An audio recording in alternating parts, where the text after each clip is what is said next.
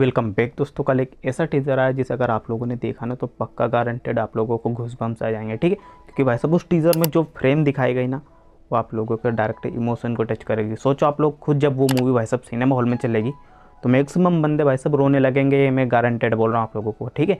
कि भाई साहब जो टीज़र है ना कुछ इस टाइप का है। मैं खुद बोला तो एक ही बार में मुझे पूरा समझ में आ गया कि भाई साहब ये मूवी एकदम इमोशनल होने वाली है, ठीक है। जी हाँ, मैं बात कर रहा हूँ द बंगाल फाइल्स की, ठीक है। यानी कि भाई साहब आप लोगों को पता है भाई साहब द कश्मीर फाइल नाम से पहले दूसरी मूवी भी बन चुकी, मूवी वगैरह कुछ मैंने मतलब कि उनको देखा नहीं है, ठीक है। लेकिन भाई साहब मैंने ये पहली जो मूवी जिसका भाई साहब मैंने टीज़र वगैरह देखा, ठीक है। क्योंकि पहले तो मुझे खुद को इतना इंटरेस्ट नहीं था, लेकिन भाई साहब जब ये टीज़र आया और इसे मैंने देखा ना तो लिटरली बोलूँ भाई साहब मेरे एकदम घूसबम्स आ गए थे मुझे, ठीक है।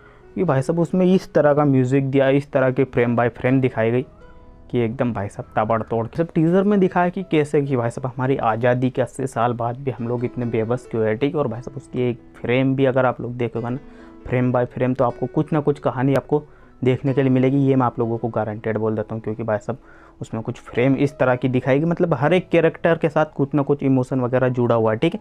क्योंकि आपने अगर अभी तक टीज़र नहीं देखा ना पहले देखो, आप लोग खुद को पता चल जाए कि भाई साहब टीज़र एकदम बवाल लेवल का, ठीक है। और भाई साहब आपको उसमें म्यूज़िक भी एकदम सॉलिड इमोशनल जो पूरा का पूरा फील होगा, सेम इस तरह का आपको देखने के लिए मिलेगा, ठीक है। फिर भी आप में से किन किन लोगों ने टीज़र देखा मुझे कमेंट बॉक्स में कमेंट कर बताना।